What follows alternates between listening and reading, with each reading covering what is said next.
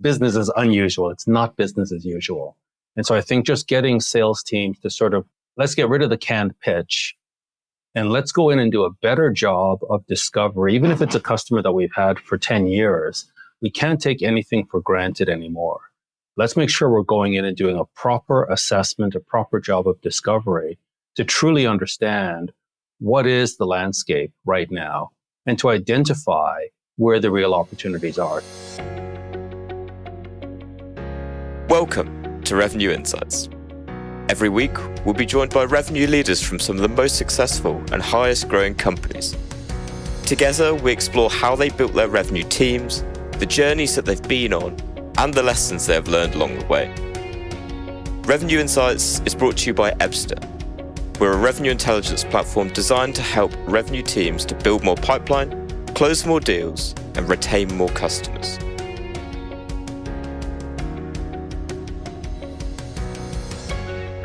Hello there.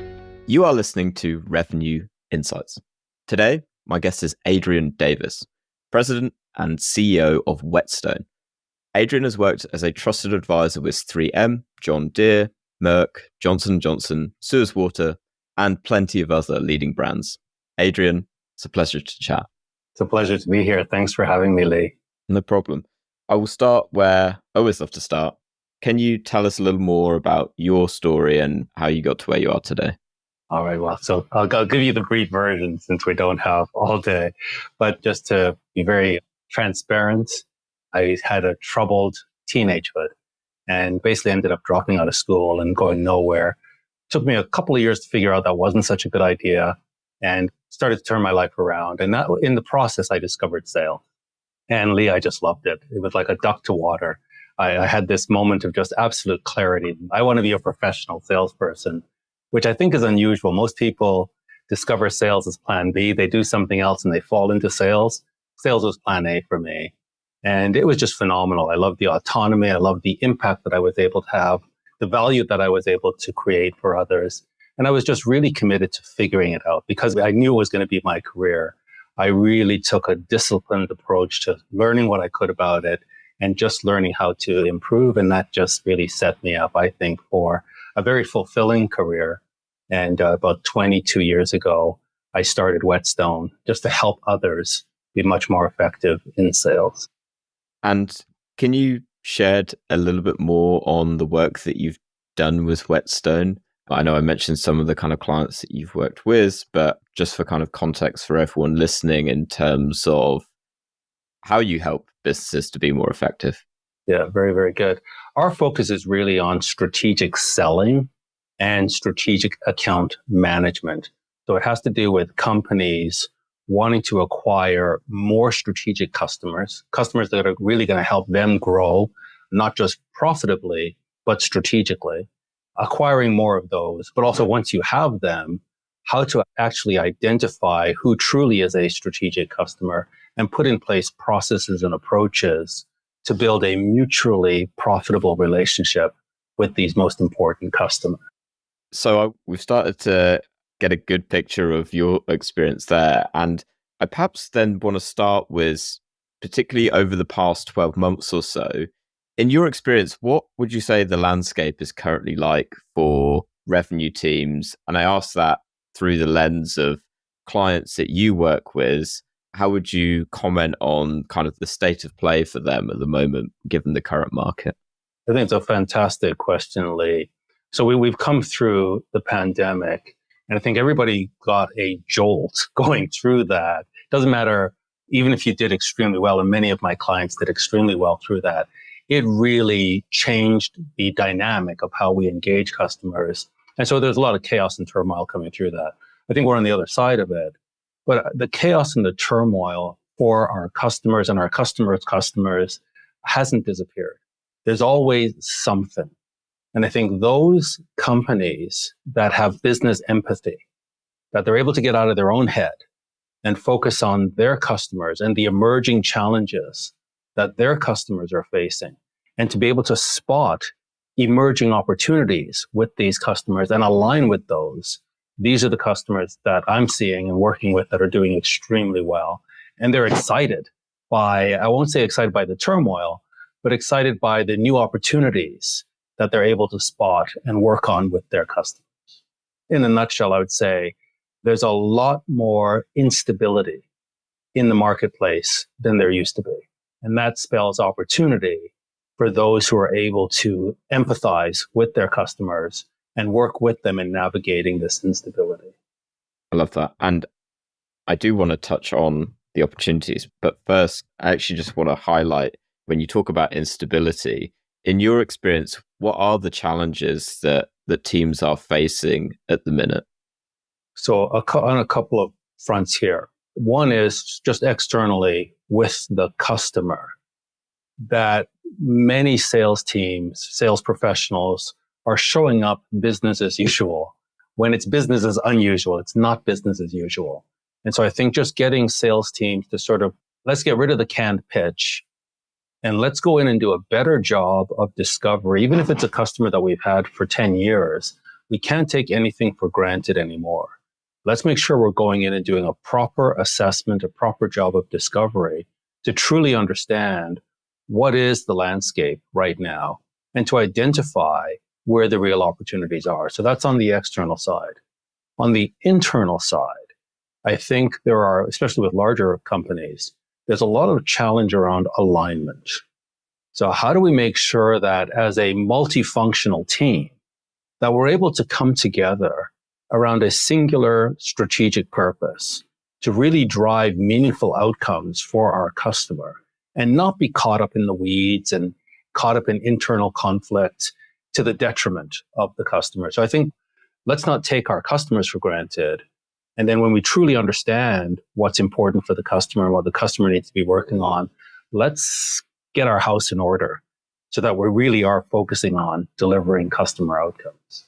Just a quick reminder, and then we will be right back to the show. At Revenue Insights, our goal is to share how top-performing revenue leaders build predictable, efficient, go-to-market teams. Every week, we speak to the brightest minds, and every quarter, we release the latest findings from our analysis of billions of dollars in pipeline. If you don't want to miss out, sign up to our newsletter at ebster.com/newsletter-sign up. That's ebster.com/newsletter-sign up. The link to make that a little bit easier for you will be in the show notes of this episode, wherever you're listening. See you there.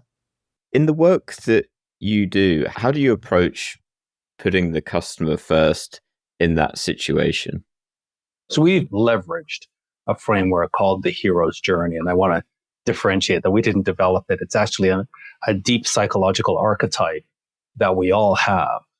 And what we've been able to do is tap into that and use it as the foundation for customer engagement. And the fundamental shift here is most salespeople, we see ourselves as mini saviors, right? We want to get in, understand the problem, and save the day. And what we end up doing is inserting ourselves as the hero in somebody else's movie, when that is really short-sighted. What we want to do is understand the movie, understand the plot line of the movie, and understand why the hero is suffering and not able to fulfill their heroic role in their movie. So we want to come in as the special resource, the mentor that can help equip them to navigate their plot line and be successful. So we use that as a fundamental sort of psychological framework that everybody understands. Everybody can sort of experience that aha, like, wow, I've been trying to be the hero. I shouldn't be doing that. I should understand the customer's plot line and participate in their movie. So that's the fundamental psychological shift that we focus on. And then there are a number of skills and competencies and behaviors that we need to build out around that.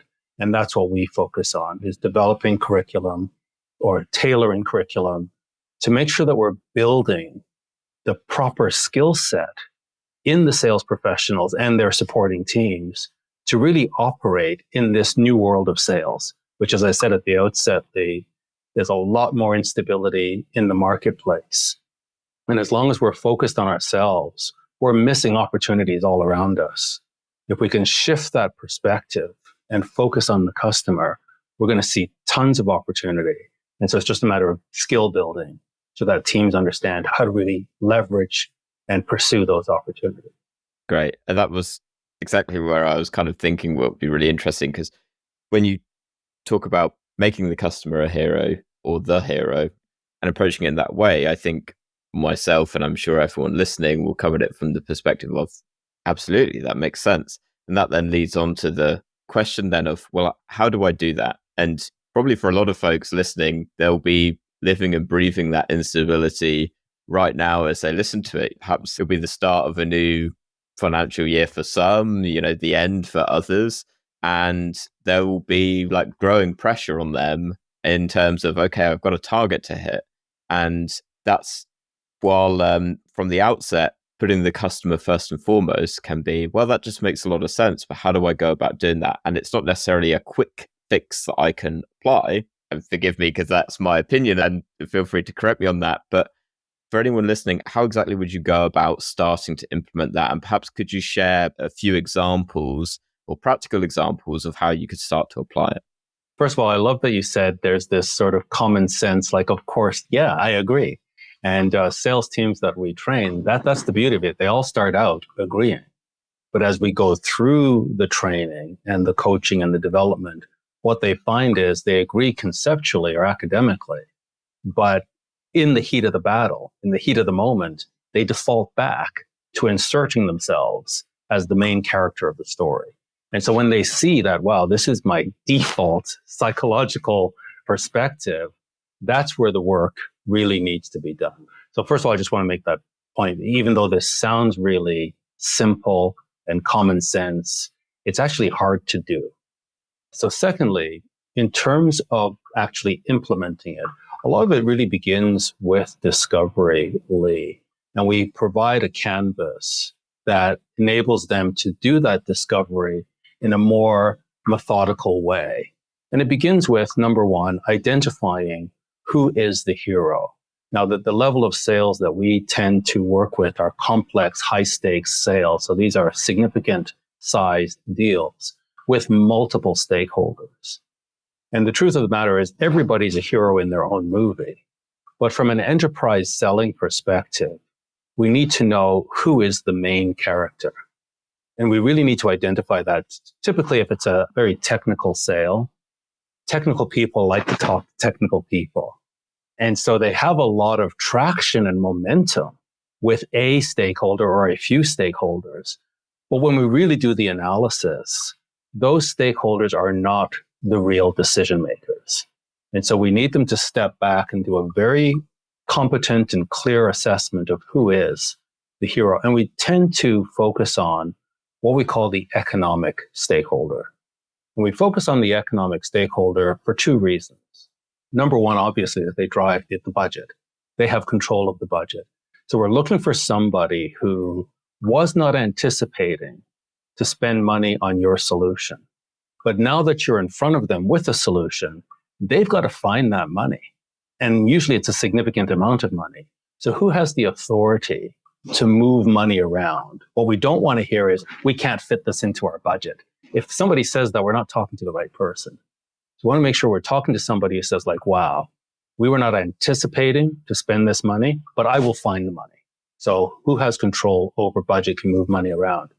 Second attribute of the real hero of the story is the reason they have control over budget and other resources is because the organization has entrusted them with strategic goals. They are on the hook to deliver strategic goals to the organization. And so this is what we're looking for in terms of who is the hero. They have strategic objectives that they are on the hook to deliver.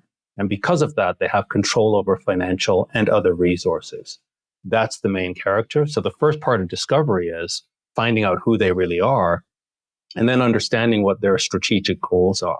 And there's a whole level of training around just understanding the power of goals, strategic, professional, as well as personal goals, and the emotional impact and emotional intelligence surrounding that. So that's really step one. From there, and this is a real eye-opener for salespeople, the next thing they must understand is not the pains that they're going to go in and solve. And that's usually the default mode of the salesperson. Go in and find pain. right? What keeps you up at night? That's not where to start. If you want to make big strategic sales at a good margin, the next thing you need to find in terms of understanding the plot line of the hero's journey is what are the external forces or pressures, or what we call villains. Who are the villains, or what are the villains in the plot line? And villains have two characteristics.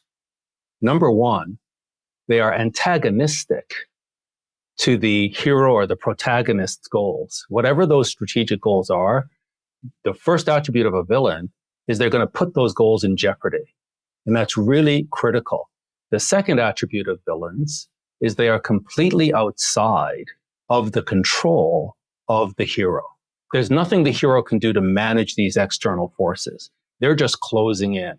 And what that does, it doesn't matter how competent or powerful the hero is, they are vulnerable in the face of these external threats.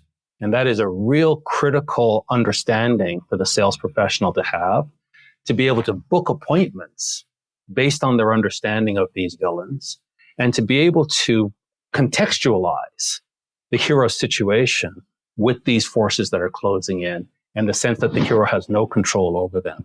This completely changes the dynamic of the conversation. The next piece in the discovery is what we call the hero's flaw, or what the typical salespeople would say, the pains. But in particular, what we're looking for here are those things that will cause the hero to fail in the achievement of their strategic goal if they are not addressed. And these are things that the hero actually does have control over. They typically manifest themselves in terms of processes or workflow and or infrastructure, but they are underpinned by a set of beliefs that we call the status quo. And that is the salesperson's biggest competitor, the status quo. And the old saying that people will not change unless the pain of staying the same is greater than the pain of change. And so there's a lot of work that has to be done here to ensure that the status quo is actually painful or even devastating, catastrophic, and that the hero is highly motivated to move the organization out of the status quo. The next piece then is understanding what is your particular solution. We call this the special resource. And how can you differentiate it? How can you make it unique? How do you make it compelling in order to bring the hero out of what's called the pit of despair, which is the suffering, the consequences of inaction, and bring them into the new world where they are successful. They've managed to transform their organization to perform at a higher level. So this is the sort of the high level or very summarized plot line, but getting sales professionals and sales teams to think like this, to understand the story, and then to be able to story tell. So that's sort of story listening, but also storytelling. And it's just such a powerful way to galvanize a team, to unify a team, to rid the team of internal dysfunction, but also to have real strategic impact on your customer. Beautifully, I would say summarized, but I feel like I've got a really good sense actually of how you approach that. And I was taking note of a few different things as you talked that I kind of wanted, that I would like to dig into a bit more. The first was, and this goes way back to when actually you first started talking, you talked about identifying the economic stakeholder. I was actually just curious how you go about identifying who that stakeholder is. Is that through, for example, is that going through like all of their calls to go and understand it? You know, I come at it from a data perspective, so I'd be looking at it, correlation of stakeholders to win rates, for example. But I'm very curious to know in your approach, how you identify who that stakeholder is. It's a great question. If it's a large organization, a publicly traded organization, then they're pretty easy to identify. And it also depends on what you're selling. But they're pretty easy to identify in terms of a public corporation. If it's private, it's a little bit more difficult. Again, it depends on what you're selling. So let's say for my solution, it might not be the CEO of a multi-billion-dollar corporation. I may never get an audience with the chief executive of a multi-billion-dollar corporation. Maybe it's another C-level executive. Maybe it's a D-level executive. Maybe it's a plant manager. So you've got to understand what is it you are selling, what's the value of your solution, and who is the appropriate level executive or manager that can authorize that type of funding. So that's number one. Like, we need to be realistic. No point me trying to chase the chief executive for a $500,000 project when that is just petty cash to them. Whereas somebody who maybe is responsible for a division, they have the funding for that. So what are you selling? What's the value of what you're selling? What's the nature of what you're selling? And who is the appropriate manager or executive to approve that? If it is not clear, immediately visible, if the economic buyer is not immediately visible, we need to start with what I call the inside outsider. The inside outsider is a special stakeholder in that they're inside the organization, but they've broken out of the status quo. They tend to see ahead of others in the organization the danger of the status quo. And they see that unless the organization changes, the organization is going to get in trouble. And typically, they're experiencing the pain of the external forces before others.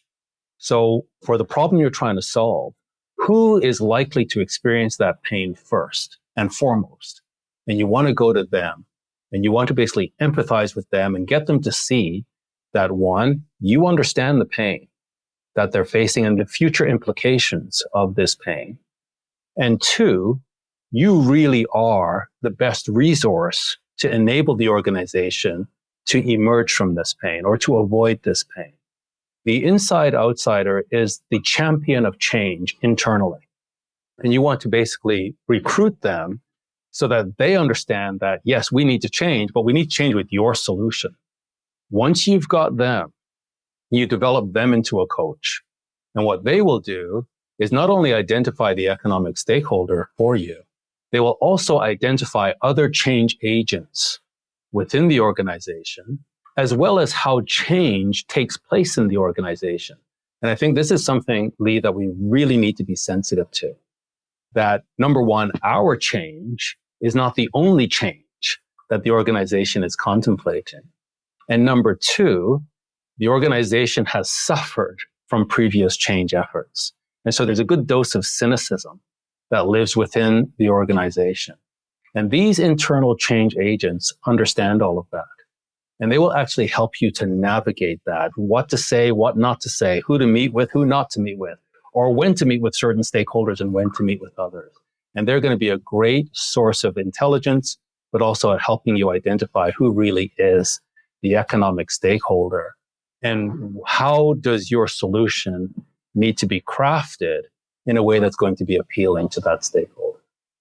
I really, really like your approach to, I was writing it down like quite simply as like almost multi-threading in a way, but leveraging your inside out kind of individual into really like digging into the account from that point. And going back to something that which stands out to me, and I appreciate particularly when you are working with sellers who are selling into enterprise size organizations, every account that they're going to be working is unique.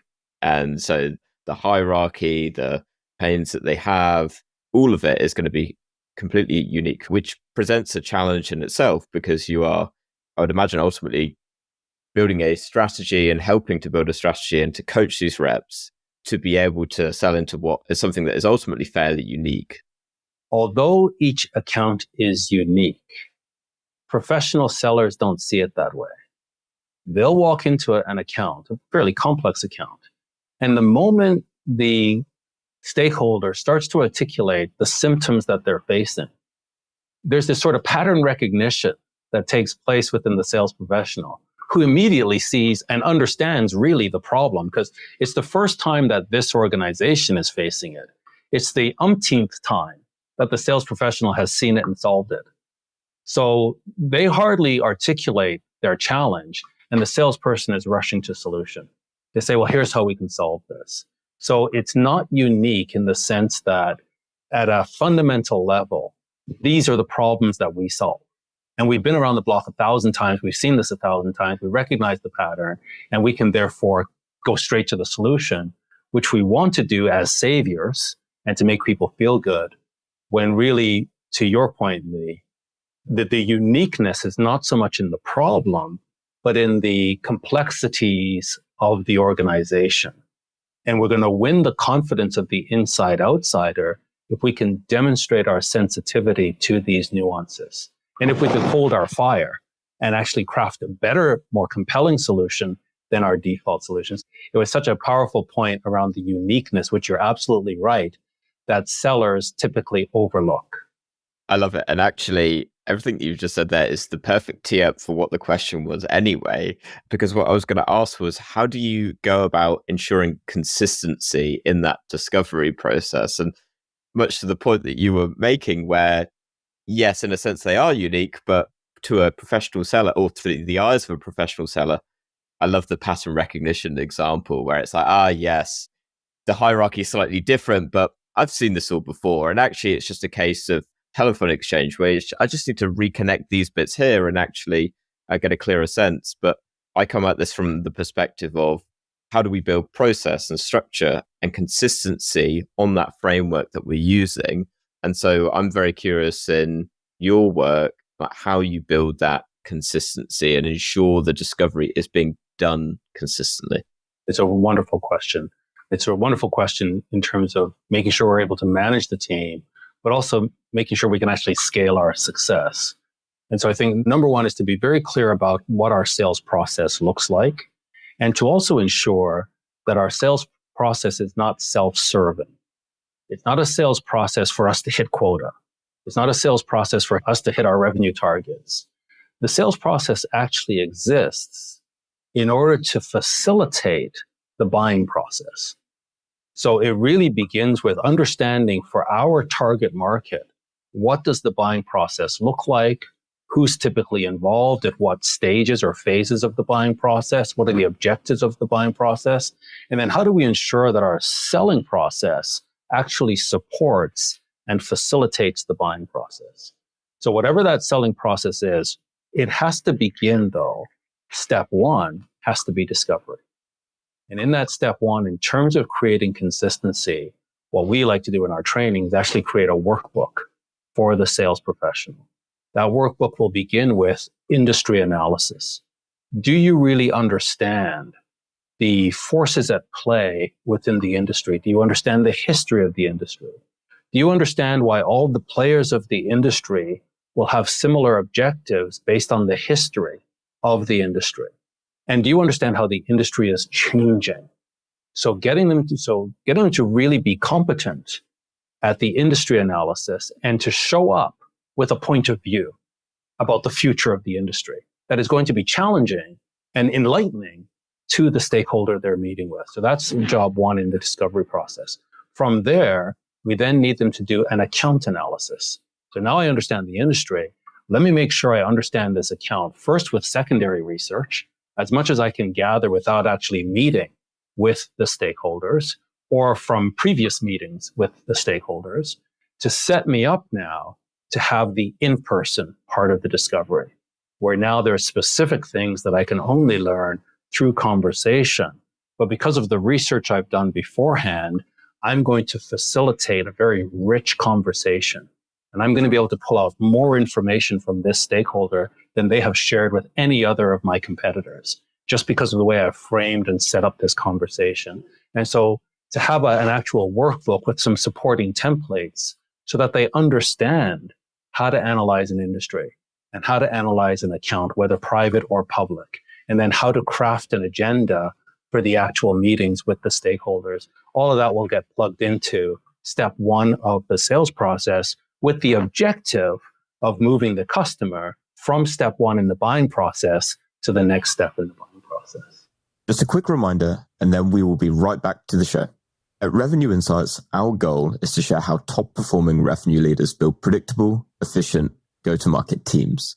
Every week, we speak to the brightest minds, and every quarter, we release the latest findings from our analysis of billions of dollars in pipeline. If you don't want to miss out, sign up to our newsletter at ebster.com/newsletter-sign-up. That's ebster.com/newsletter-sign-up.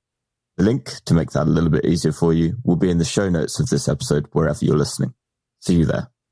Beautiful. And this actually, from when you were describing the discovery process before, that the last thing that actually dovetails beautifully you were talking about there that I'm really intrigued by is Now, I imagine myself now, I've gone through your process. I've got my account, I've done my research, and I am diligently doing my discovery as well. And now I'm almost armed with all of this information to have a really rich conversation with the prospect, with the account. How then do you go about leveraging the insights that you've now got, both on the account, on the individual, and so on? And how do you start to roll that out through the buying process then? Really great questions, Lee. And so now, as a result of this deep insight that we've gathered, what we need to do now is understand the strategic priorities of the hero. So who is the economic stakeholder? Who's the person that can find money, move money, and fund our initiatives and our ideas? And what are their strategic objectives that we have uncovered? What are their possible personal objectives? And what are the goals of the other supporting characters? And we need to align all of that with our capabilities. What are our key capabilities, competencies that we can bring to this to solve this? And then how do we make it unique? So this is the key. How do we intersect the insights that we've gained with the capabilities that we have in such a way that nobody else can duplicate this? And this is where I like to use the filter. I call it the socket filter. It's to plug something into a socket, and you're going to plug a light into a socket and it will light up. Well, we want to plug our capabilities into our customer, and that intersection of the customer's strategic, nuanced needs with our nuanced capabilities that no one else can replicate. This is what we're after. So I call this filter the socket filter, where whatever solutions we're ideating, why don't we just put them through this quick test? The S stands for strategic. Are we just going in, being tactical, solving an operational issue? Or are we able to attach it to the strategic objectives of the organization? Because if we can attach it to the business or strategic objectives, that's how it gets funding. It's when companies are looking at their funding and saying, you know what, we can't afford to do everything. We can only do these three things. We want to be attached to those three things that they will find funding for. The O stands for over time. We want to make sure that our intervention is not just one and done. We want to intervene in such a way that we want to be real about change, big impact, but it takes time. So we're looking for an engagement that's going to be 2, 3, 5 years, not just 1 year. We're going to do something in year one, but it's part of a roadmap. So we want to sell roadmaps, not discrete solutions. The C stands for combined capabilities, where this is where we can make our solution unique. That we've got competitors, we all generally do the same thing, but every organization has other competencies and capabilities that their competitors don't have, maybe even partners. So how do we configure a solution that our competitors cannot duplicate? K stands for KPIs. How do we ensure that our intervention is going to move the needle in those areas where it really matters? And the customer is going to see, wow, this is going to have a measurable impact on something that's strategically significant to us. The E stands for embedded. We want to make sure that this solution that we offer, we need to figure out how can it become embedded in how our customer creates value for their customers. How does it get embedded in their operations so that we really set a high bar in terms of switching costs? And it's not easy for them to bring in competition. And then finally, the T stands for transformative. Again, if we're thinking of the hero's journey, we want to see at the end of our intervention that the organization is transformed. There's a way that they used to do business before we showed up. And now as a result of our intervention and embedding our capabilities into their operations, they are transformed and they're able to compete and grow in the marketplace in a whole new way. So I just call that the socket filter. And we want to make sure we're bringing real solutions that can really plug in and light up our customer. I really, really love that. Adrian, I want to ask one final question. I'm trying to think of a really good segue of how I get from socket to this, but I think I'm going to butcher it. But what would one book be that you recommend to other revenue leaders? It's really around story. And I've written a book on story. I don't want to be self-serving and just promote my book, but I just want to quickly go on Amazon. It's a book that really impacted me, and it's called Wired for Story. I think it's Lisa Cron. I just want to make sure I get the author right. I know it's called, Lisa Cron. I was close. Cron. The book is called Wired for Story. And when I read this book, it really had a big impact on me. Just understanding the sort of fundamental ways we are, as human beings, are wired to tell stories, to listen to stories. And it had a big impact on me writing my book, which is Heroes, Villains, and the Thrill of Professional Selling, where I take this whole concept of story and break it down for professional sellers and how this is our secret weapon. This is our magic wand to understand the power of story. And the best salespeople, just intuitively by nature, are great storytellers. That's one thing we noticed. The top performing salespeople, they tell stories. But generally when I trained them, they didn't realize there's an actual structure to this. There's a science behind this. And there's also part of it is not just telling stories, it's listening and discovering the stories so that when we tell our stories, they actually fit. But I would say Lisa Cron, her book, Wired for Story, had a big impact on me. And then obviously for professional sellers in particular, I would recommend my book, Heroes, Villains, and the Thrill of Professional Selling. And it goes into all these things that we've been talking in more detail. Beautiful. I'll make sure that we include a couple of links to those down below. I'll allow that self-promotion there on this occasion, Adrian. All right. Adrian, it's been an absolute pleasure. One final thing, for anyone that has perhaps been listening and maybe has some questions or wants to pick your brain, where can they find you? Best thing would be just go to my website, adriandavis.com, ADRIANDAVIS.com, and there's a contact us form right there. Awesome. I'll make sure that we include that in the links with the show notes. All right. As I say, Adrian, thank you so much. It's been a real pleasure chatting today. It's been my pleasure. Great conversation with you, Lee. Likewise. And for everyone that has listened this week, thank you so much. We'll catch you next week. Thanks for listening to Revenue Insights. If you want to learn more, subscribe to our newsletter and we'll deliver every episode straight to your inbox. If you have any questions, feel free to connect with us on LinkedIn. Our links will be in the episode notes. See you next week.